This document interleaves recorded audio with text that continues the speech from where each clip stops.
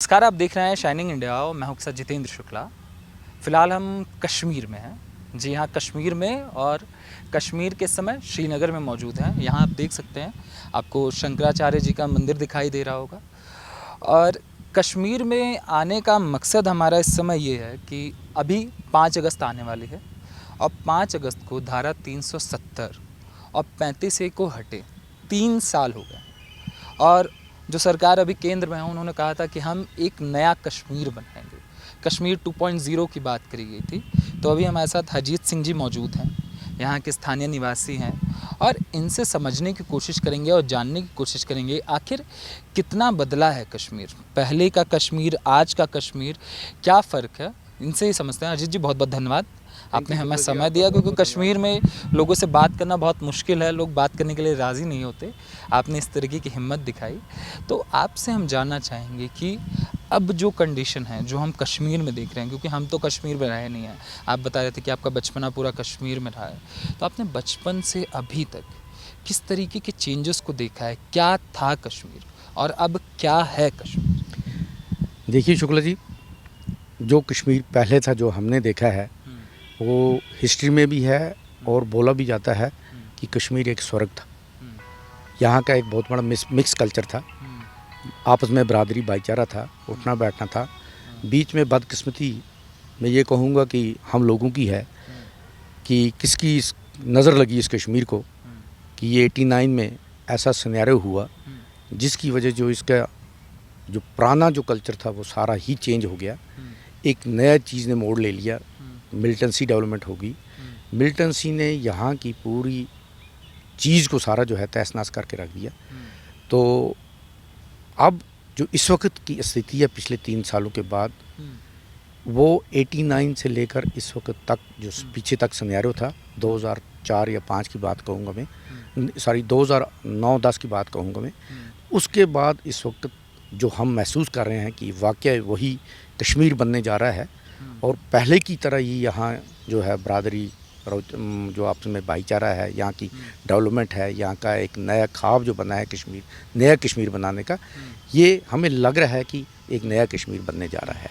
और उम्मीद करते हैं कि ये सरकार की भी पहल रहेगी और पहल रही भी है इसको नया कश्मीर बनाने में। जिस तरीके की हम तस्वीरें देखते थे लाल चौक पे, कहा जाता था कि सेपरेटिस्टों के लिए रिजर्व कर दिया गया था, और लाल चौक पर तिरंगा लहराना बहुत बड़ी बात हुआ करती थी। अभी हमने देखा, भी हमें तिरंगा वहाँ दिखाई दिया। और क्या कारण रहा, मतलब ये जो परिस्थितियाँ थी, आपने क्या देखा था? क्योंकि हम तस्वीरें देखते थे, ISIS का झंडा, पाकिस्तान का झंडा वहाँ लहराया जाता था। ये बिल्कुल सही बात है आपकी कि ऐसा मैंने जो पीरियड कहा, इस पीरियड में ये सारा कुछ हुआ। मैं अपनी बात कहूँगा कि ये नहीं लग रहा था कि अगर हम भी यहाँ ना होते, ये नहीं लग रहा था कि ये इंडिया की स्टेट है, ऐसा सिनेरियो बन गया था। बट सरकार की कोशिश से, यहाँ के लोगों, जो अच्छे अच्छे लोग हैं, उनकी मेहनत से, उनके बिल्कुल इसमें हिस्सा लेने की वजह से फिर दोबारा ये जो माहौल है ये बनने जा रहा है।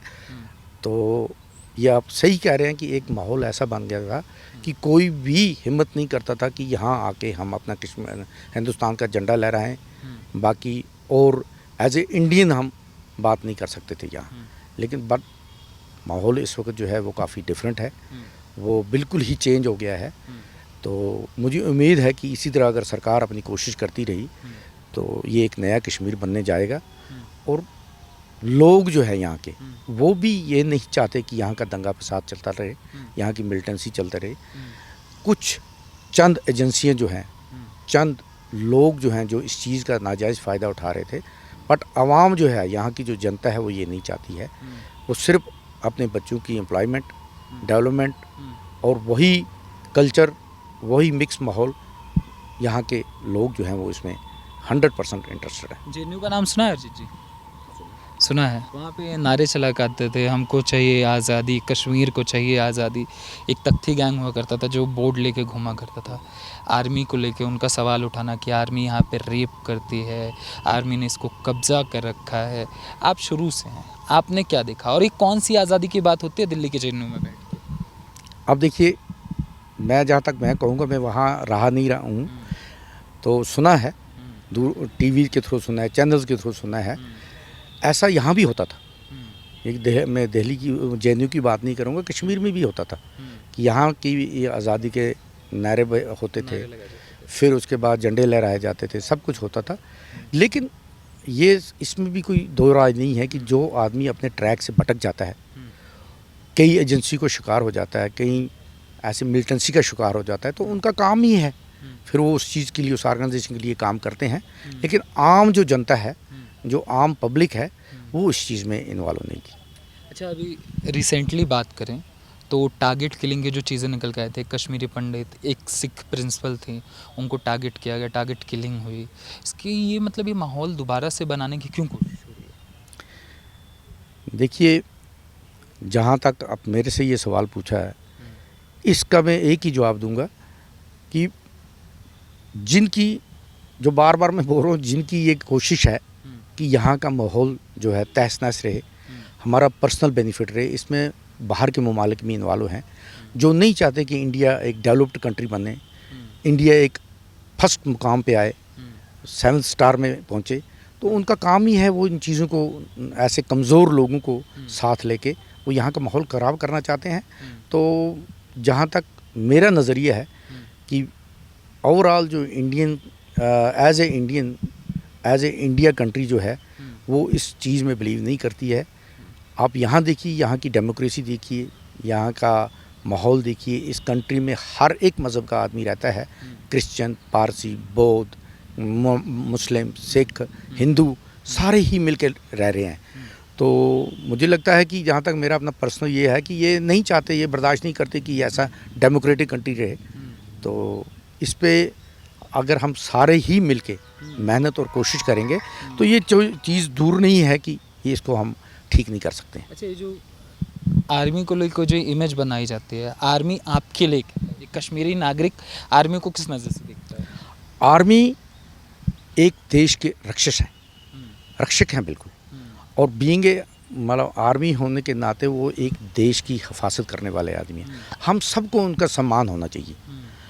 जो माएँ, जो बहन भाई, सारा कुछ अपना परिवार छोड़ कर एक देश की रक्षक करने के लिए आए हैं, मुझे नहीं लगता है नेक्स्ट टू, मैं कहना नहीं चाहता हूँ लेकिन मैं कहूँगा वो नेक्स्ट टू गॉड हैं, जो हमारे पूरे अपने ही घर के लिए नहीं, पूरे मुल्क के लिए वो अपने आप को हमेशा बलिदान देने के लिए तैयार रहते हैं।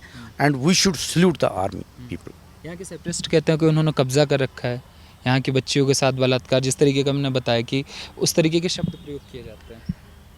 देखिए, जहाँ तक हमें भी यहाँ 30-35 साल हो गए, 40 साल हो गए इस सिनेरियो को देखते हुए, कुछ चीज़ें ऐसी हैं, 100% आदमी सही नहीं हो सकता है, कहीं ना कहीं 1% या एक दो केस ऐसे अगर हुए होंगे।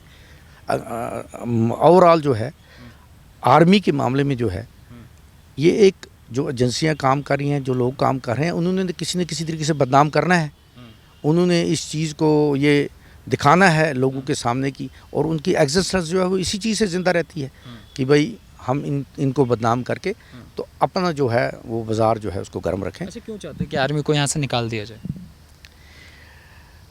बेसिकली जो ये सियासत है, ये टोटली यहाँ की कश्मीर की वैली, J&K की खास मैं कहूँगा, ये टोटली डिफरेंट है।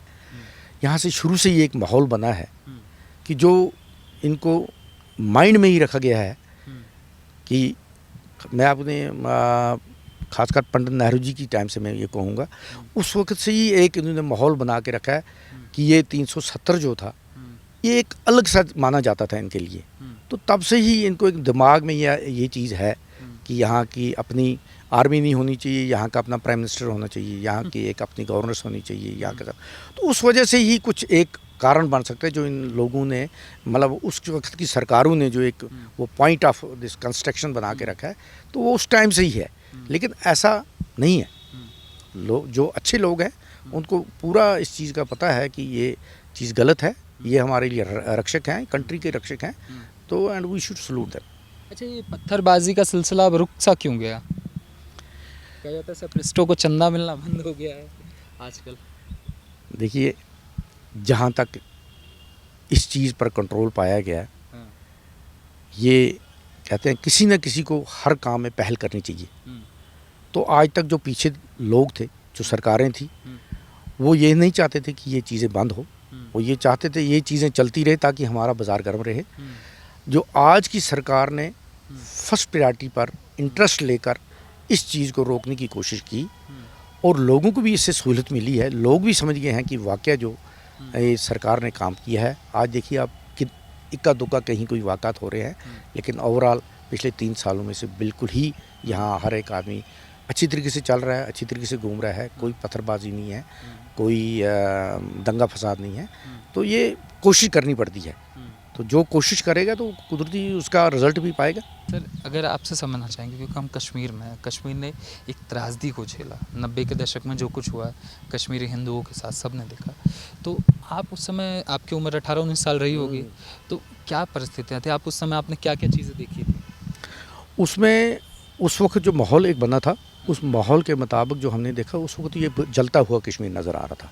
जो यहाँ की हमारे पंडित बरादरी जो थे, भाई थे, एक बिल्कुल ही यहाँ से सारी एकदम ही सारे लोग शिफ्ट कर गए। उसमें कुछ सिख फैमिलीज़ भी थी, इवन की मोहम्मदन फैमिलीज़ भी थी, जिन्होंने अपने आप को महसूस नहीं समझा, इधर रक्षक सही नहीं महसूस समझा कि ये जगह हमारे लिए ठीक रहेगी अब, या उनको उस वक्त तंग किया गया, या उस वक्त उनको ज़बरदस्ती मैं नहीं कह सकता हूँ, चाहे उनको निकाला गया जिस वजह से उनको शिफ्ट होना पड़ा। जो माहौल बना था, तो वो एक माहौल जो था वो उस वक्त पूरा कश्मीर जो था वो एक जलता हुआ नज़र आ रहा था। तो उस माहौल में और आज के माहौल में ज़मीन आसमान का फ़र्क है। तो ये वही फिर दोबारा हमें उम्मीद है कि ये वही दोबारा एक नया कश्मीर बनने जा रहा है, और उम्मीद भी करते हैं कि ये एक नया कश्मीर में के रूप में ही सामने नज़र आएगा। कश्मीर है क्या सर? चर्च स्वर्ग है। आपने हिस्ट्री में भी पढ़ा होगा, खुद आप भी आए हैं इस वक्त। आप मौसम के लिहाज से देखिए, यहाँ का मिक्स कल्चर के लिहाज से देखिए, यहाँ की मेहमान नवाजी के हिसाब से देखिए। अच्छा, इतना फंड्स आए सर इस स्टेट को, इतना ज़्यादा फंड आया है देश में, सबसे ज़्यादा कहा जाता है कि कश्मीर को आए हैं जो फंड्स रिलीज़ हुए, फिर वो फंड्स गए कहाँ? उमर अब्दुल्ला, फ़ारूक अब्दुल्ला, सदियों से यहाँ परिवारवादी राजनीति चली, परिवारवादी सत्ता चली, कहाँ गया आम कश्मीर? तो आज भी वही है।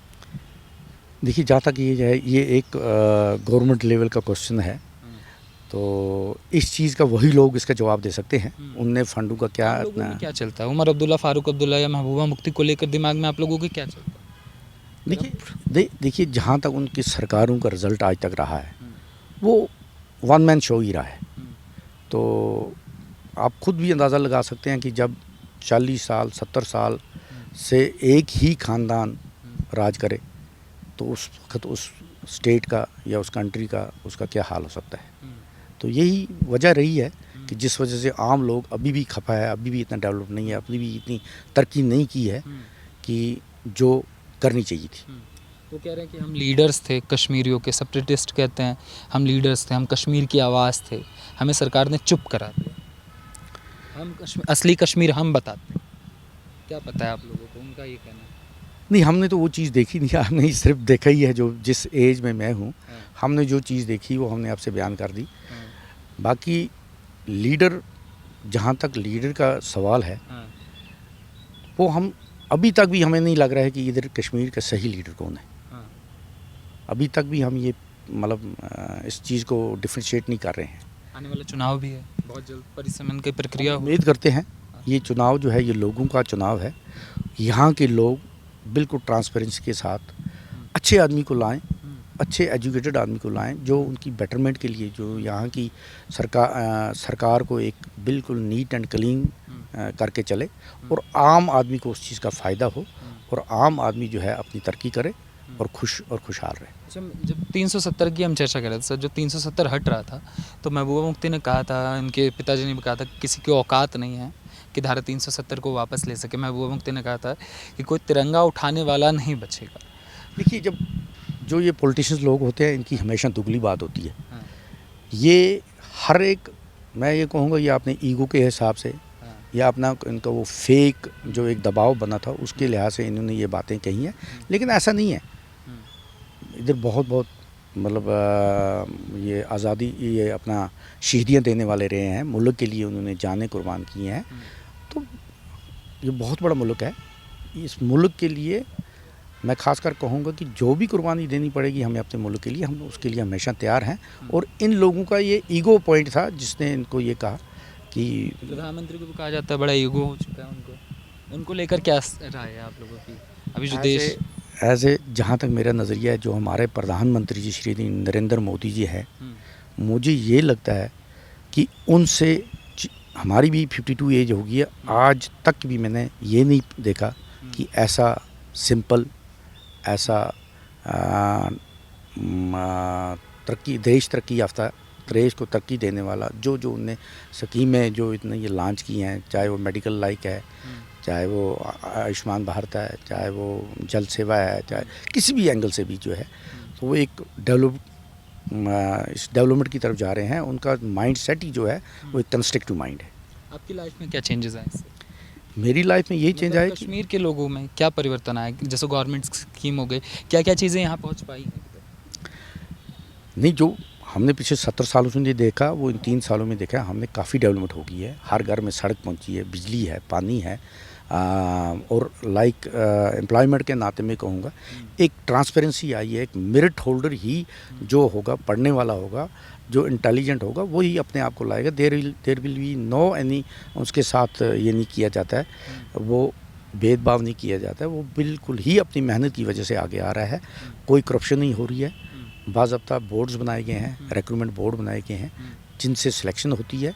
तो ये काफ़ी चेंज है और यूथ एक यही चाहता है कि उसका डेवलपमेंट जो है एक सही ढंग से सामने आए।